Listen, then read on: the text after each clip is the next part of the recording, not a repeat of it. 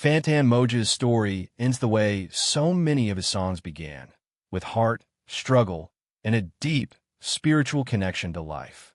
In mid-July 2026, the Jamaican reggae world was shaken by the news that Fantan Mojah, born Owen Lennox Moncrief, had died at the age of 49, just weeks before his 50th birthday.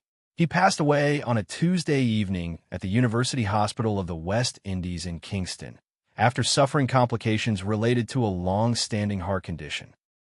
In his final hours, those close to him say his health deteriorated rapidly. He had teched down over the previous week, was admitted to hospital, and on his last night, he began vomiting blood. That was the moment everything changed. Doctors could not save him, and the Rastafarian singer, so closely associated with life, strength, and praise to Jah, took his last breath in the city where so much of his career had been built. Fantan Mojah's cause of death was tied directly to his heart. According to associates quoted in Jamaican media, his health declined sharply over the span of a week, leading to his admission at UHWI, and by the time he began vomiting blood, the crisis had become irreversible. In the end, it was those heart complications, manifesting in internal bleeding and organ failure, that claimed his life. At the time of his death, Fantan Mojah was 49 years old, 3 weeks short of turning 50. He was born on August 5, 1976, in St. Elizabeth Parish, Jamaica, in a rural community where music was part of everyday life rather than something distant and unreachable. As a child, he took part in local singing competitions in his hometown, showing very early that he possessed both courage and a powerful voice. Those stages were small, school events, community functions, but they were enough to reveal his gift and ignite his desire to pursue music more seriously. His journey into the wider Jamaican music scene began when he moved to Kingston in the early 1990s to chase his calling. Life in the capital wasn't glamorous. He didn't arrive as a star, but as a worker, someone willing to do whatever it took to stay close to sound systems and studios. He worked as a roadie and man-everything for the legendary Kilimanjaro sound system, lifting speaker boxes, helping set up shows, and getting small chances to touch the microphone. In those early days, he performed under the name Mad Killer, as in homage to Bounty Killer, reflecting the rough, aggressive style that influenced him. Everything changed when he embraced Rastafari in the late 1990s. His spiritual shift brought a transformation in both identity and artistic direction. Through his connection with Capleton, another powerful voice in conscious reggae, he adopted a new name, Fantan Mojah, chosen to reflect a more spiritual, culture-oriented approach. With that name came a new mission.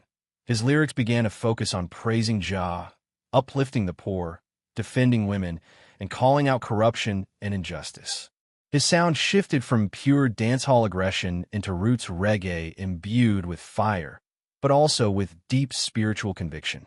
Fantan Mojah's breakthrough came after years of struggle, the kind of hungry days he would later sing about.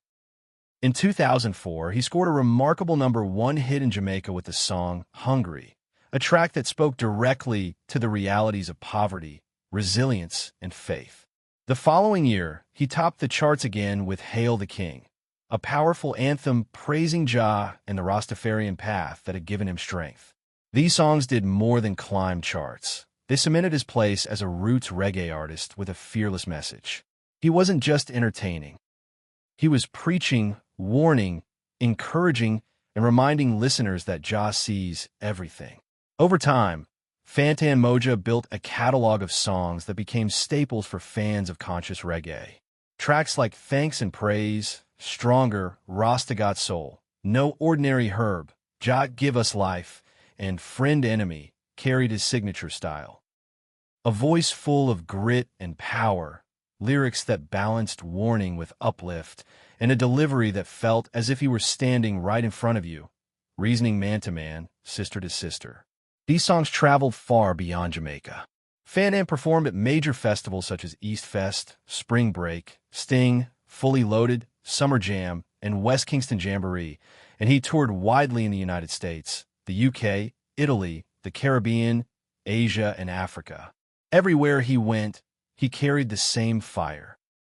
Dreadlocks, roots message, and an uncompromising stance on righteousness, all rooted in the Rasta teachings that had reshaped his life. Behind the public persona, Fantan Mojah kept much of his family life relatively private.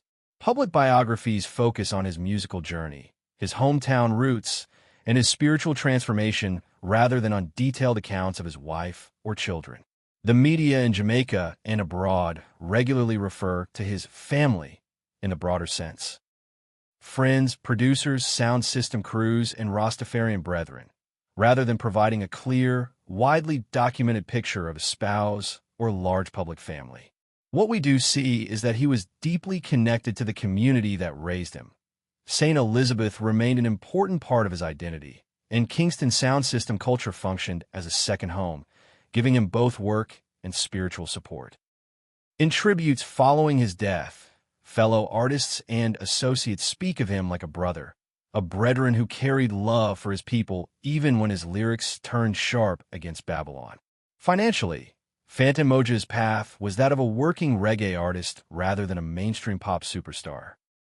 There are no reliable, publicly confirmed net worth figures attached to his name, but his career trajectory suggests the kind of steady earnings that come from hit singles, international touring, festival bookings, and ongoing catalog streams.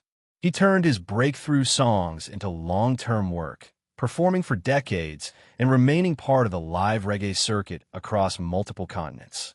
Yet, as his own songs often reminded listeners, life for a roots artist is rarely extravagant. His music spoke openly about struggle and hunger, implying that he knew both lean times and better times. What endures more clearly than any number in a bank account is the respect he earned. Respect from fans, other artists, and promoters who kept calling him back to stages year after year. Fantan Mojah's Biography, then, is a story woven from village stages and city sound systems, from hunger and hit records, from dreadlocks and microphones, from a man who turned personal struggle into spiritual ammunition. He began as a young singer in St. Elizabeth, grew into Mad Killer in Kingston, then transformed himself into Fantan Mojah, the Rastafarian artist whose voice would roar through speakers across the world. He faced real hardship, both economic and physical. And in the end, it was his heart, the organ at the center of both his passion and his illness, that finally gave out. But by the time that happened, he had already given the world something lasting.